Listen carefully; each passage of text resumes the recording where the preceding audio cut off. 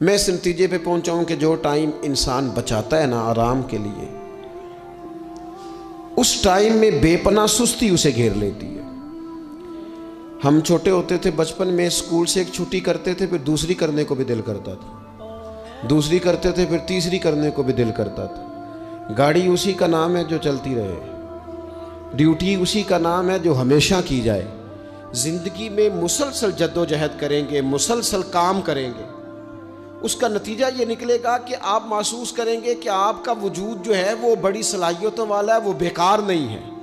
مسلسل کام۔ آپ انبیاء کرام علیہ السلام کی زندگی دیکھیں، صحابہ کی زندگیاں دیکھیں، اہل بیت کی دیکھیں، اولیاء اللہ کی دیکھیں، بزرگان دین کی دیکھیں، آپ دیکھیں کہ انہوں نے کام کتنا کتنا بڑا کیا ہے۔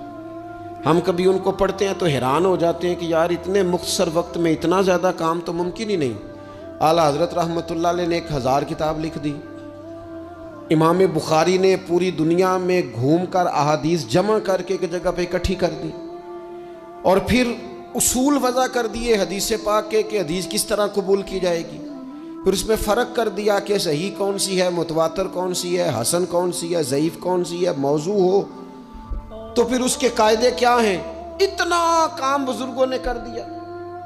جد و جہد تھی زندگی میں، مسلسل ڈیوٹی کرتے تھے۔ جب مسلسل کام کرتے ہیں نا، نبی پاک صلی اللہ تعالیٰ علیہ وسلم نے فرمایا جو آدمی محنت کرے، کوشش کرے اور شام کو تھک کے سو جائے، اللہ اس کے پچھلے گناہوں کو معاف فرما دے گا۔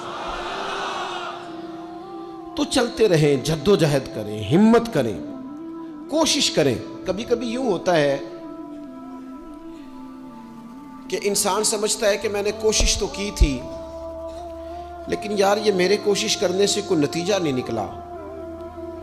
عارف رومی رحمۃ اللہ علیہ فرماتے ہیں کہ ایک شہر ایسا تھا جس میں ایک بیماری بار بار حملہ کرتی تھی،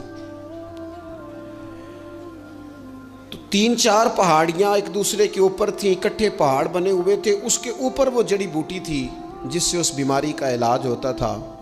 تو کئی حکیموں نے بتایا کہ اگر وہ جڑی بوٹی حاصل کر لی جائے تو تمہارے شہر کے لوگ صحت یاب ہو سکتے ہیں، پر وہ 4 پہاڑیاں اوپر نیچے، اور پھر ڈھلان بڑی سیدھی تھی، جو پیر رکھتا پھسل جاتا، کوئی جرت ہی نہ کرتا اوپر جانے کی، لیکن لوگ بیمار تھے، تکلیف میں تھے۔ بالآخر ایک شخص نے ارادہ کیا کہ کب تک لوگوں کو بیماری سے سسکتے، تڑپتے، مرتے دیکھتا رہوں گا۔ اس نے کلاڑا اٹھایا، ہتھوڑا اٹھایا، پہاڑ کاٹنا شروع کیا کہ میں سیڑھیاں بناؤں گا اوپر جانے کے لیے۔ فرماتے ہیں کہ وہ پہاڑ کاٹ رہا تھا تو جو قریب آتے تھے نا وہ اسے کہتے تھے پاگل ہو گیا تو، اسے کہتے تھے پاگل ہو گیا تو وہ اکیلا بندہ کیسے پہاڑ کاٹے گا، بیوقوف ہے، چھوڑ دے۔ اس نے کہا یار تم ساتھ نہیں چل سکتے تو حوصلہ شکنی تو نہ کرو، مجھے کچھ کرنے تو دو۔ سالوں لگ گئے، ایک پہاڑ کاٹ کے سیڑھیاں بنائی اس نے، پھر دوسرا پہاڑ شروع کیا، پھر سالوں لگ گئے، اور 2 پہاڑ کاٹے تھے، بڑھاپا آ گیا، بیمار ہو گیا، موت کا وقت آ گیا۔ اب چونکہ سیڑھیاں بن گئی تھی تو 2 پہاڑ کٹ گئے تھے، وہاں تک لوگ آنے جانے لگے تھے۔ این اس وقت جب وہ دنیا سے جا رہا تھا پھر بھی کچھ لوگ حوصلہ شکنی کر رہے تھے، اسے کہہ رہے تھے خدا کے بندے کیا نتیجہ نکلا۔ کچھ لوگوں کی ڈیوٹی ہوتی ہے اپوزیشن کا کردار ادا کرنا، وہ ہر موقع پر حوصلہ شکنی کرتے۔ اب اس پر آخری وقت آ گیا ہے، باوجود اس کے کچھ لوگوں نے جا کے کہا کیا نتیجہ نکلا جی، تیرے اوپر موت کا وقت آ گیا ہے، تو اوپر تک تو جا نہیں سکا، فائدہ کیا ہوا؟ وہ کہنے لگا بیوقوفو تمہیں پتہ ہی نہیں میں کامیاب ہو کے جا رہا ہوں۔ انہوں نے کہا کس طرح؟ کہنے لگا میں نے آدھا سفر آسان کر دیا ہے، اب جو میرے بعد آئے گا نا اسے 0 سے نہیں شروع کرنا پڑے گا، میں نے آدھا سفر اس کے لیے آسان کر دیا۔ وہ تیسرے پہاڑ سے شروع کرے گا، 2 کاٹے گا تو جڑی بوٹی تک پہنچ جائے گا، لوگوں کو شفا ہونے لگے گی اللہ کے فضل سے۔ ہم پتہ کیا کرتے ہیں، بالخصوص میرے وطن کا رواج یہ ہے کہ لوگ آدھا سفر بھی آسان کرنے کو تیار نہیں، وہ کہتے نہیں سارا ہی فلانا کرے گا۔ جتنے انبیاء دنیا میں آئے نا میرے دوستوں وہ سارے کامیاب گئے، لیکن کسی کے ساتھ 4 امتی، کسی کے ساتھ 10، کسی کے ساتھ 100، کسی کے ساتھ 200، لیکن نبی کامیاب گئے۔ کیوں؟ کہ اللہ تعالیٰ نے جو ان کے ذمے ڈیوٹی لگائی تھی وہ ڈیوٹی انہوں نے پوری ذمہ داری سے سر انجام دی ہے۔ اس ڈیوٹی میں انہوں نے کبھی کوئی کمی دکھائی تو اپنی زندگی میں جد و جہد کریں، کام کریں، بیٹھ کر صرف بات نہ کریں، تنقید نہ کریں، بیٹھ کر صرف منصوبہ بندی نہ کریں۔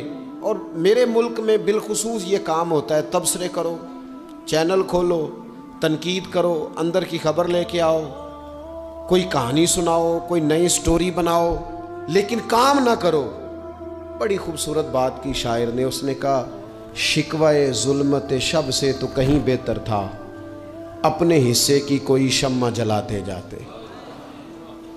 لوگ تعلیم نہیں حاصل کر رہے تو بھئی آپ ایک بچے کا خرچ اٹھا لیں، کسی غریب کا آپ اسے پڑھا دیں، ایک بندہ تو آپ کی وجہ سے تعلیم یافتہ ہو جائے۔